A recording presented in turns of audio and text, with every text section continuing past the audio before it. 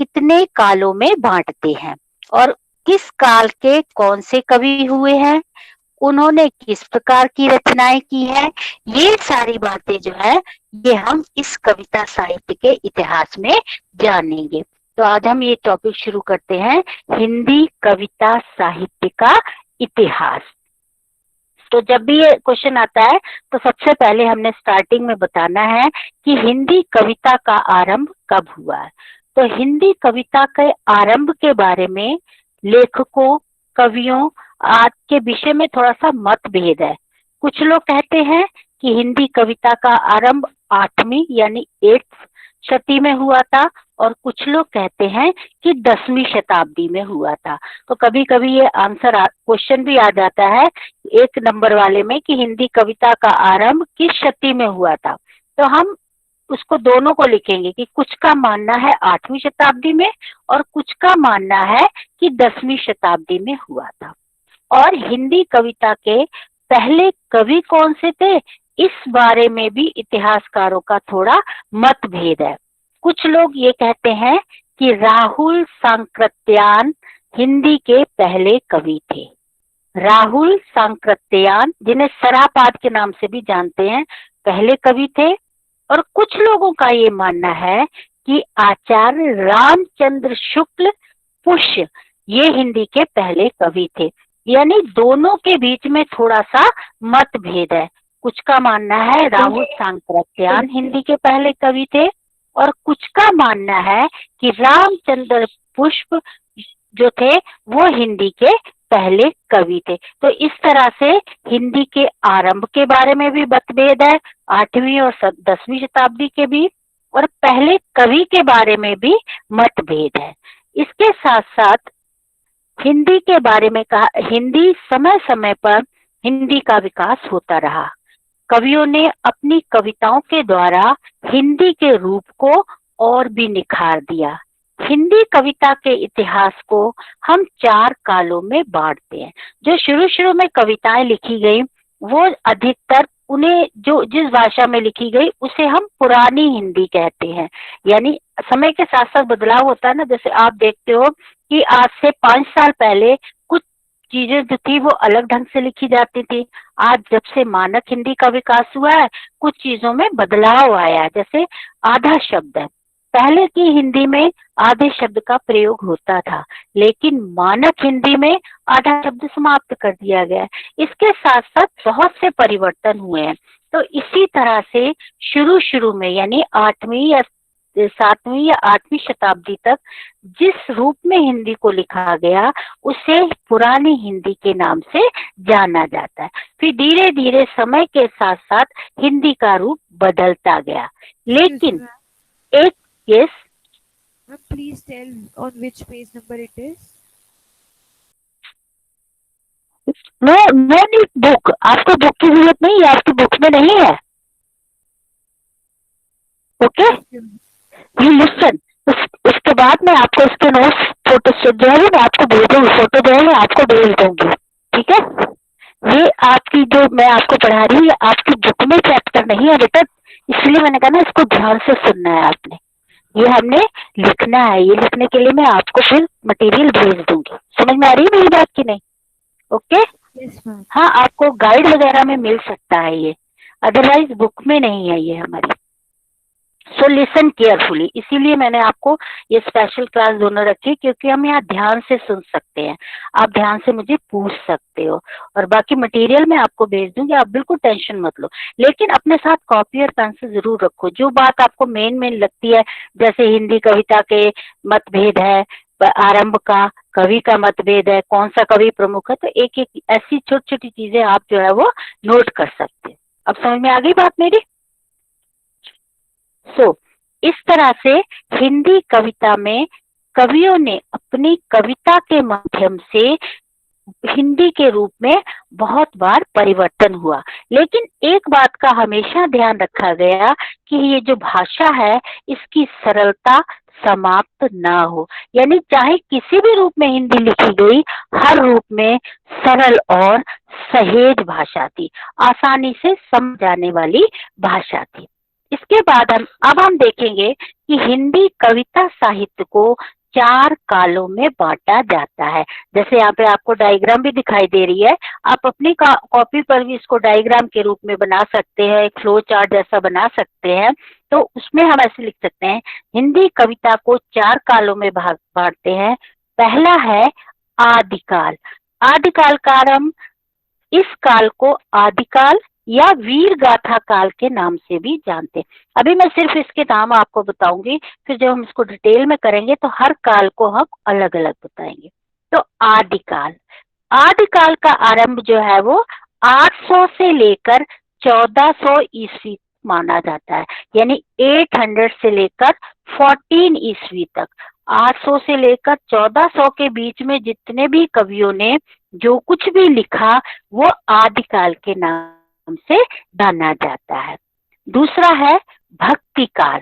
अब भक्ति काल जो है 1400 से लेकर 1600 तक के बीच में जितनी कविताएं लिखी गई वो भक्ति काल के नाम से जानी गई। ये जो मैं डेट्स आपको बोल रही हूँ ये आप नोट कर सकते हो। यानी आदिकाल 800 से लेकर 1400 ईस्वी तक का समय माना जाता है। भक्ति काल 1400 से लेकर 1600 ईस्वी तक का समय माना जाता है। तीसरा आता है रीतिकाल। रीतिकाल का समय माना जाता है 1600 से लेकर 1800 ईस्वी तक का समय, ये रीतिकाल माना जाता है। उसके बाद आता है आधुनिक काल, यानी आज का समय, मॉडर्न टाइम जो है। तो आधुनिक काल माना जाता है 1800 से लेकर के आज तक। जो 1800 से लेकर आज तक हम जो लिख रहे हैं वो आधुनिक काल के रूप में माना जाता है। देखो एग्जाम में अक्सर आ जाता है ये, जैसे आ जाएगा आपको हिंदी कविता का संक्षिप्त परिचय देते हुए आदिकाल का वर्णन कीजिए। अगर ऐसे आता है तो हमने आदिकाल का पूरा वर्णन करना है।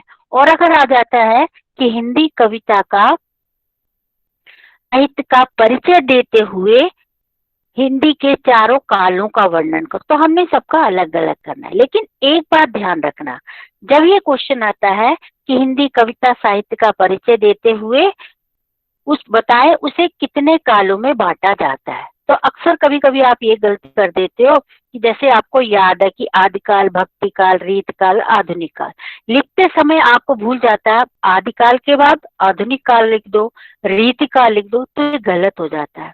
समझ में आई बात? क्योंकि हमें इन्हें डेट्स के हिसाब से बांटा गया है। तो सबसे पहले आदिकाल आएगा, फिर भक्ति काल आएगा। ऊपर नीचे इसका वर्णन नहीं करना है क्योंकि 800 के बाद 1400 के बाद 1600 तक आएगा, तो इसलिए डेट के हिसाब से ही हमने इसका वर्णन करना है। पहले आदिकाल, फिर भक्ति काल, फिर रीतिकाल और फिर आधुनिक काल। इस तरह से आपने इसका वर्णन करना है, ऊपर नीचे नहीं करना कि पहले आदिकाल लिख दिया, फिर आधुनिक काल लिख दिया, फिर रीतिकाल लिख दिया और फिर भक्ति काल लिख दिया, ऐसा हमने नहीं करना है। तो इस तरह से कविता का आरंभ 800 ईस्वी या 10वीं ईस्वी से लेकर, पहले कवि या तो सरापाद को मानते हैं कुछ लोग, कुछ रामचंद्र शुक्ल को मानते हैं, और कविता के इतिहास को 4 कालों में बांटते हैं। तो जहां तक मैंने आपको बताया, आपको समझ आया? अगर किसी को अभी कोई प्रॉब्लम आ रही है वो मुझे पूछ सकता है अभी, क्योंकि ये टॉपिक आपके लिए बिल्कुल नया है। हो सकता है आपको समझ में ना आ रहा हो, तो किसी को अगर नहीं समझ में आ रहा वो पूछ सकता है अभी। फास्ट जिसने पूछना है प्लीज अपने आप को अनम्यूट करके आप पूछ सकते हो। Excuse me ma'am. हाँ जी बोलो बेटा। मैम आप एक बार क्विक रिवाइज करके एक बार बता सकते हो कि आपने वो शॉर्ट में क्या बताया था? ओके, फिर से एक बार बता देती हूँ। मैंने आपको ये बताया है कि हिंदी कविता साहित्य का इतिहास जो है उसको 4 कालों में बांटते हैं। इससे पहले मैंने बताया हिंदी कविता साहित्य का आरंभ कब हुआ, यानी कविता लिखने का आरंभ कब हुआ, इसके बारे में जो इतिहासकार हैं उनमें आपस में थोड़ा सा मतभेद है। कुछ का कहना है कि 8वीं शताब्दी में आरंभ हुआ था और कुछ का कहना है कि 10वीं शताब्दी में आरंभ हुआ था। और इसके साथ साथ हिंदी के पहले कवि कौन थे इसके बारे में भी थोड़ा मतभेद है। कुछ कहते हैं राहुल सांकृत्यायन हिंदी के पहले कवि थे, और कुछ का ये मानना है कि रामचंद्र शुक्ल पुष्प जो थे वो हिंदी के पहले कवि थे। इसके बाद मैंने बताया हिंदी कविता साहित्य को हम 4 कालों में बांटते हैं। पहला है आदिकाल, जिसका समय 800 से लेकर 1400 ईस्वी तक का माना जाता है। दूसरा है भक्ति काल, इसका समय 1400 से लेकर 1600 ईस्वी तक माना जाता है। तीसरा है रीतिकाल, इसका समय 16 से लेकर 1800 तक का माना जाता है। और फोर्थ वन है आधुनिक काल, इसका समय 1800 से लेकर आज तक। तो हर समय में अलग अलग कवि हुए हैं, अलग अलग कविता लिखने के तरीके हुए हैं, और भाषा में समय समय पर परिवर्तन होता रहा है। आरंभ में जो लिखा गया वो पुरानी हिंदी का कहा जाने लगा, धीरे धीरे समय समय के साथ साथ हिंदी भाषा में के लिखने में परिवर्तन हुआ, लेकिन हर समय में भाषा की सरलता और सहजता का ध्यान रखा गया। अब समझ में आ गया आपको? Yes ma'am, thank you ma'am. Okay, अब हम देखते हैं, जिस तरह से हमने देखा कि हिंदी कविता को हम 4 कालों में बांटते हैं, तो सबसे पहले हम आदिकाल को देखेंगे। ओके, इससे पहले कविता के, अब हमने देखा ना इनको 4 कालों में बांटते हैं, अब हमने हर काल को अलग अलग रूप से बांटना है। तो सबसे पहले हम आदिकाल के बारे में जानेंगे। आदिकाल का आरंभ, जैसे मैंने आपको डेट्स बताई, 800 से लेकर के 1600 ईस्वी तक का समय जो है वो आदिकाल माना जाता है। इस काल में क्या था? आदिकाल का वो समय था, ये हमारे भारत देश का हमेशा से दुर्भाग्य रहा है कि हमारे ऊपर कोई ना कोई विदेशी आक्रमणकारी हमेशा से आक्रमण करता ही रहा है। भारत रियासतों में बटा हुआ था, अलग अलग रियासत के अलग अलग राजा हुआ करते थे, और कभी ना कभी कोई ना कोई आक्रमणकारी, यानी कभी मुगल आ जाते थे, कभी अफगानी आ गए, कभी चंगेज खां के आ गए, फिर उसके बाद अंग्रेज आ गए। तो इस तरह से हम हमेशा से बाहरी आक्रमण से जूझते रहे।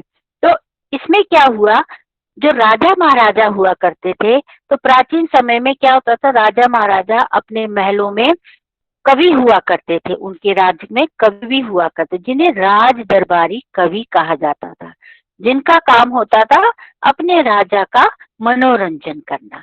तो इस समय में, यानी राजा का आज काल में जो कवि हुआ करते थे, उनकी कविता का मुख्य उद्देश्य होता था अपने राजा की प्रशंसा करना, उसकी वीरता के बारे में बताना, और उसको आक्रमणकारी से मुकाबला करने की शक्ति प्रदान करना। यानी ये हम सब जानते हैं कि कोई भी कविता जब हम पढ़ते हैं, जिस समय की वो कविता होती है, उस कविता में कवि वही सफल होता है जिसकी कविता में अपने समय का सीधा चित्र हमारे सामने प्रस्तुत होता है।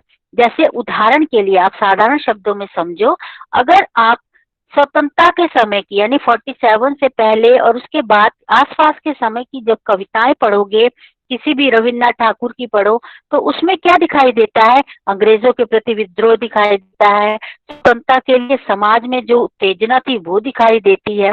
तो इसी तरह से हर काल में उस समय की परिस्थिति के अनुसार कविता लिखी जाती थी।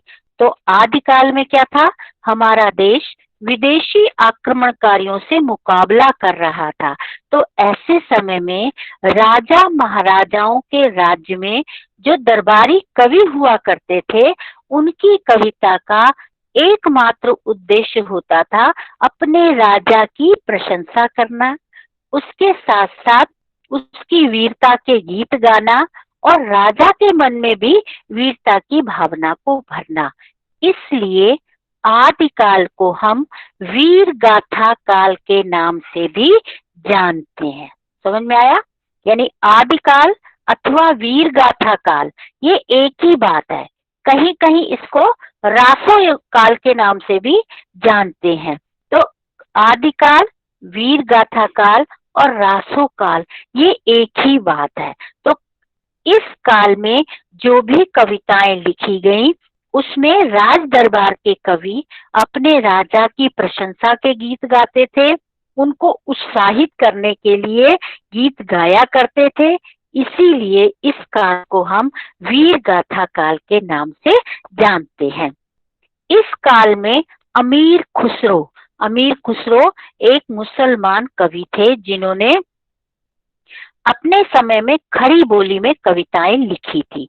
तो अमीर खुसरो जैसे मुसलमान कवियों ने खड़ी बोली में कविताएं लिखी। इस काल में बौद्ध धर्म की महायानी शाखा, यानी इस समय हमारे देश में बौद्ध धर्म का प्रचार था और उनकी एक शाखा थी जिसका नाम था महायानी शाखा, और हिंदू धर्म का सामंजस्य होना स्थापित हो गया था। यानी कहने का तात्पर्य ये है कि आदिकाल में बौद्ध धर्म और सनातन धर्म, यानी यद्यपि बौद्ध भी हिंदू ही होते हैं लेकिन ये एक अलग शाखा थी और सनातन धर्म वाले अलग थे। लेकिन जब विदेशी आक्रमणकारी हमारे ऊपर आने लगे तो दोनों ने मिलकर के रचनाएं लिखना शुरू कर दी। तो बौद्ध धर्म की महायानी शाखा और हिंदू धर्म का आपस में सामंजस्य यानी मेल जोल बढ़ने लगा था। तो इस प्रकार सनातन धर्म के कवि और महायानी शाखा के कवियों ने मिलजुल कर राजा की प्रशंसा के गीतों को लिखा, अपने देश की प्रशंसा की और वीरता से भरी हुई कविताओं को लिखा।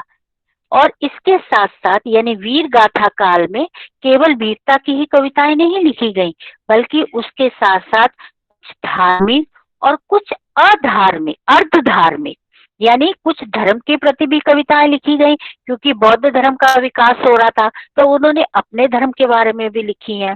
कुछ सनातन धर्म का विकास था इसलिए सनातनियों के धर्म बारे में, तो कुछ धार्मिक और कुछ अर्थ धार्मिक कविताएं लिखी गई, लेकिन अधिकतर कविताएं जो थी वो वीरता से भरी हुई थी, इसीलिए हम इसे वीर गाथा के नाम से जानते हैं। इस तरह से हम कह सकते हैं कि आदिकाल अथवा वीर गाथा काल और रासो काल ये सब एक ही है। अब आप सोच रहे होंगे कि आधुनिक वीर गाथा काल तो इसलिए कहते हैं कि वीरता की गई थी, वर्णन किया गया था। आदि काल इसलिए कहा जाता है क्योंकि आदि का मतलब होता है आरंभ का काल। लेकिन रासो काल क्या हुआ, इसे हम रासो काल इसलिए भी कहते हैं, आप सबने पृथ्वीराज चौहान के बारे में पढ़ा होगा, उनका एक मित्र था रासो जिन्होंने पृथ्वीराज की वीरता के गीत लिखे थे और उनके द्वारा लिखा गया ग्रंथ रासो जो था वो बहुत प्रसिद्ध था, इसीलिए इसे रासो काल के नाम से भी जानते हैं। तो इस तरह से कविता साहित्य का पहला काल आदिकाल है। अब आपको ये कविता आदिकाल के बारे में समझ में आया? अगर कोई कुछ पूछना चाहता है तो अभी पूछ सकता है, प्लीज अपने आप को अनम्यूट करके मुझसे पूछ सकते हो। कोई भी कुछ भी इसके बारे में पूछना चाहता है तो पूछ सकता है, फास्ट। Excuse me ma'am. हाँ जी बोलिए बेटा। मैम आपने जिन शाखाओं का नाम लिया था मैम, आप फिर से रिपीट कर सकते हो? मैंने दो शाखाओं का नाम लिया, एक बौद्ध धर्म की महायानी शाखा और दूसरी सनातन धर्म की हिंदू धर्म शाखा, सनातनीय शाखा जिसे हम कह सकते हैं। आया समझ में? अगर किसी ने अभी भी कुछ पूछना है तो पूछ सकता है, नहीं तो फिर मैंने पूछना है जहां तक मैंने बताया आपको। एनीबडी? ओके। हाँ हरलीन आपने क्या पूछना है? हाँ जी हरलीन आपने क्या पूछना? Ma'am can you once please repeat the name of कवीज, वो जो आपने स्टार्टिंग में कवियों के नाम लिए थे वो आप रिपीट कर सकते हो? हिंदी के पहले कवि? Yes ma'am. हाँ, इनका पहला एक तो मानते हैं राहुल सांकृत्यायन, दूसरे हैं रामचंद्र शुक्ल पुष्य। राहुल सांकृत्यायन इनको सरापद भी कहते हैं और दूसरे हैं रामचंद्र शुक्ल पुष्प। अब समझ में आया? Excuse me ma'am. हाँ जी बोले बेटा। मैम ये जो आपने ये हमें सारा बताया है हिंदी साहित्य का, मैम इसका आप हमें व्हाट्सएप पे भेज दोगे? हाँ जी बच्चे, व्हाट्सएप पे नहीं भेजूंगी मैं आपको, गूगल क्लासरूम में भेजूंगी, ठीक है? Okay ma'am. इसकी आप बिल्कुल भी चिंता मत करो, वो मैं भेजूंगी, लेकिन भेजने का ये मतलब नहीं है कि आप क्लास अटेंड नहीं करोगे। अगर बच्चे नहीं आएंगे फिर मैंने भेजना भी नहीं, बिल्कुल ढूंढते रहना, ठीक है। आपने क्लास अटेंड करनी है, क्योंकि जो लिखा हुआ पढ़ना और ऐसे समझना दूसरी बात होती है, ठीक है। समझ में आ गई मेरी बात? Yes okay okay, very good. Vanshika Bhushan, अपने आप को अनम्यूट करो और मुझे बताओ, हिंदी, जहां तक मैंने बताया था, हिंदी कविता को का आरंभ कब माना जाता है? मैम हिंदी कविता के आरंभ के बारे में कुछ इतिहासकारों के मतभेद है। मतभेद है। कुछ का कहना है कि इसका आरंभ 8वीं शताब्दी में हुआ था, और बल्कि हाँ कुछ जी, का कहना है कि इसका आरंभ 10वीं शताब्दी में हुआ। Okay, very good. तो 8वीं और 10वीं के बीच में थोड़ा सा मतभेद है उनके बारे में, ओके। और जहां तक हमने पढ़ा, मैंने बताओ, ये हिंदी कविता को हम कितने विभागों में बांटते हैं? सिया गुप्ता आप बताओ, नॉट वंशिका, आपने एक बताया ना, अब सिया गुप्ता आप बताओ। हाँ जी, कितने? हम 4 हाँ, भागों। हाँ, तो क्वेश्चन में क्या आता है, सॉरी भाग नहीं, हम यहाँ पर कहेंगे 4 कालों में बांटते हैं, ठीक है। हिंदी कविता साहित्य को हम 4 कालों में बांटते हैं। पहला कौन सा है? आधुनिक हाँ काल, जी, आदिकाल, आदिकाल, यस, पहला है आदिकाल। आदिकाल का समय कब से कब तक माना जाता है? मैम 800 से 800 से लेकर 1400 तक। वेरी गुड, 800 से लेकर 1400 ईस्वी तक, ओके। राही, अब आप अपने आप को अनम्यूट करो और मुझे बताओ, पहला तो आदिकाल है, तो दूसरा कौन सा है? यस राही, हाँ जी। मैम कहना है। राही, आप अपने आप को अनम्यूट करो। Yes ma'am. हाँ जी, हाँ, दूसरा कौन सा काल माना जाता है? मैम भक्ति काल। भक्ति काल। भक्ति काल का समय कब से कब तक है? मैम 1400 ईस्वी से लेकर सन 1600 ईस्वी तक। यस, 1400 से लेकर 1600 ईस्वी तक का समय जो है वो माना जाता है भक्ति काल। अब थर्ड वन आता है हमको। यस गुंजन चौधरी, आप बताओ, अपने आप को अनम्यूट करो और बताओ, थर्ड वन कौन सा आता है? हेलो गुंजन, आपको मेरी आवाज सुनाई दे रही है? ओके, एनीबडी एल्स, कोई और बताना चाहेगा? थर्ड वन कौन सा है? रीतिकाल। यस, ओके, वेरी गुड, रीतिकाल। रीतिकाल का समय कौन सा माना जाता है? 1600 ईस्वी 1600 से लेकर 1800। हाँ, 1600 ईस्वी से लेकर 1800 ईस्वी तक। अब फोर्थ वन क्या है? आधुनिक काल। ओके, रेशविन, अपने आप को अनम्यूट करो और बताओ फोर्थ वन क्या है? यस रेशविन, हेलो रेशविन, आपको मेरी आवाज सुनाई दे रही है? Are you there? May I answer? Okay, say It is आधुनिक काल। आधुनिक काल। आधुनिक काल का समय कौन सा है? हम 1800 से आज तक जितने भी ग्रंथ लिखे जा रहे हैं।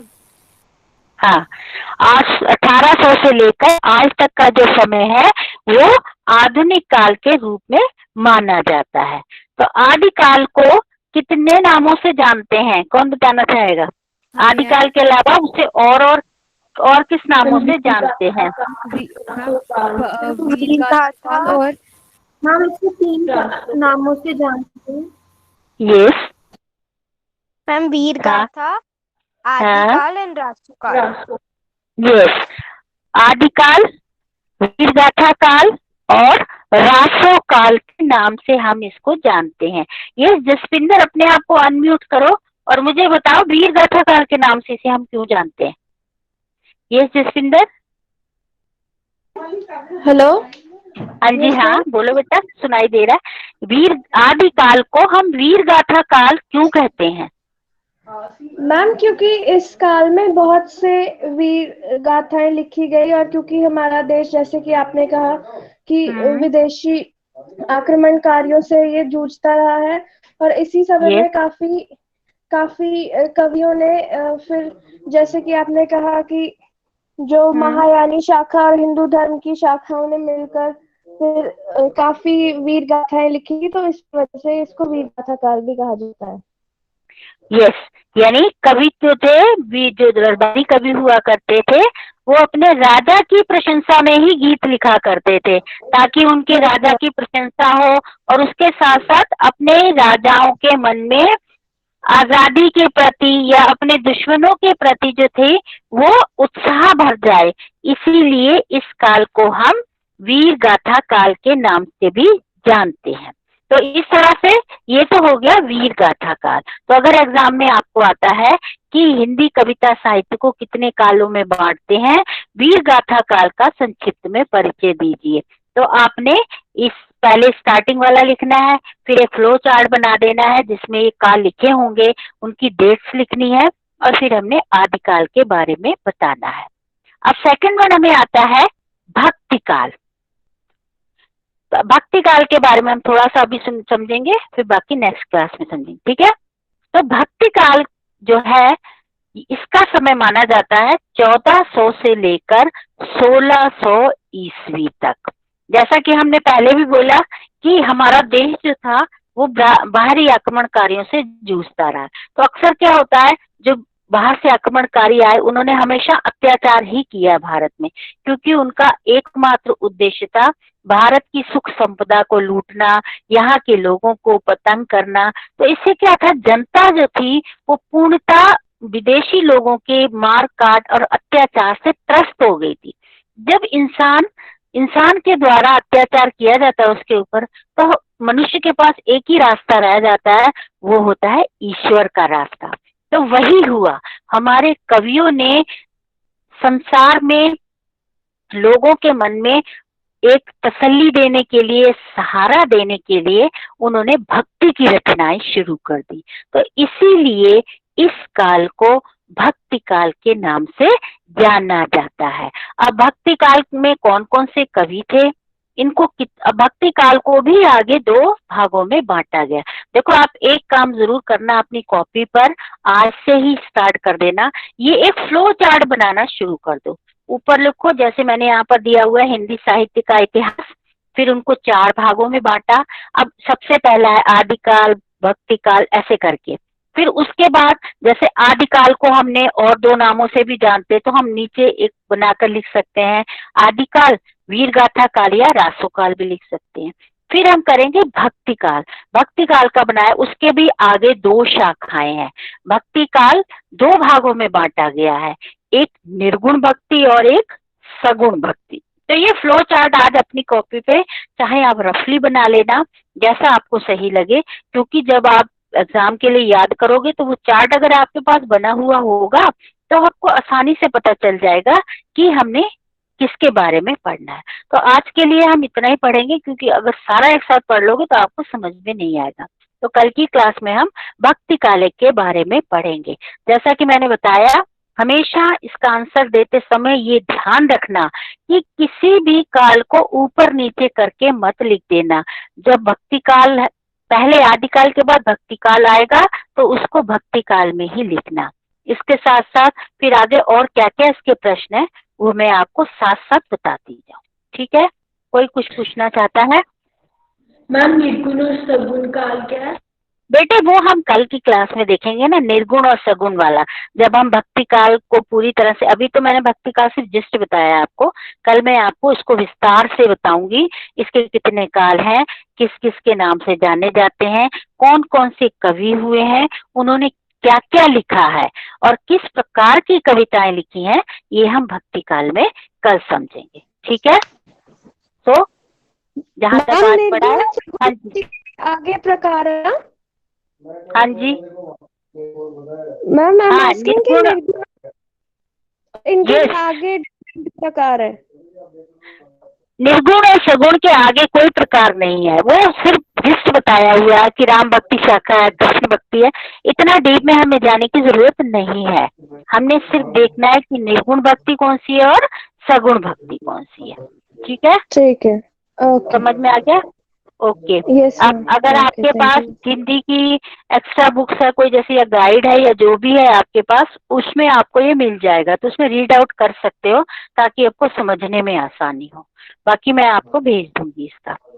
सो ओके, आज बहुत कम बच्चे आए हो, तो कल कम से कम सारे बच्चे आओ ताकि आपको समझ, दोबारा तो आपको बार बार कोई समझाएगा नहीं। सो प्लीज अपने फ्रेंड्स को भी बोलो क्लास ज्वाइन करें, ठीक है? ओके बेटा, bye bye. Thank you good ma'am. Afternoon ma'am. Thank you ma'am.